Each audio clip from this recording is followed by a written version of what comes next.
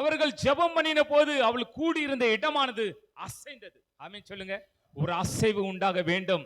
எங்க அசைவு உண்டாகிறதோ அங்கதான் ஒரு எழுப்புதல். எங்க அசைவம் ஆக்டிவா மக்கள் இருக்கிறாங்களோ அவர்கள் மத்தியில தான் கர்த்தர் செயல்படுகிறார். பாருங்க, எலும்புகளுக்குள்ள ஒரு அசைவு முதலாவது உண்டானது. அசைவு உண்டான போது அவர் எழும்பி நின்றது. ஆமென் சொல்லுங்க.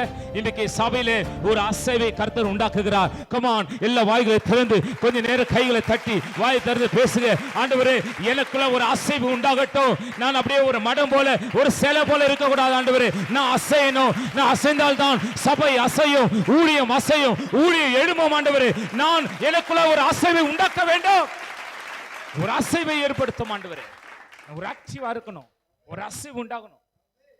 உங்களுடைய பாஸ்டர் ஒரு சோம்பேறின்னு ஒருத்தர் சொல்லுங்க. இப்ப மைக் போட்டு நான் ஓடி போய் சேர்ந்துறேன் ஊருக்கு. உங்களால யாராவது சொல்ல முடியுமா?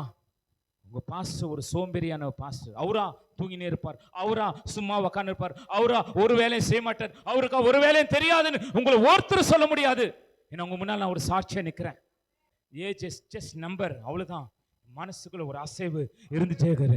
உள்ளத்துக்குள்ள ஒரு கொதி இருந்துட்டு இருக்குது. உள்ளத்துக்குள்ள ஒரு பாரம் இருந்துட்டு இருக்குது. உள்ளத்துக்குள்ள ஒரு வேகம் இருந்துட்டு இருக்குது. நான் ஏன் உட்காரணும்? நான் ஏன் தூங்கணும்? நான் ஏன் அமைதியா இருக்கணும்? நான் ஏதாவது செயல்படணும், ஏதாவது ஒண்ணு செய்யணும், எங்காவது ஒரு இடத்துக்கு போகணும், எங்காவது சத்தியத்தை சொல்லணும், எங்காவது ரெண்டு பேரை சந்திக்கணும், சபைக்கு கொண்டு வரணும், சபை எழுப்பணும்.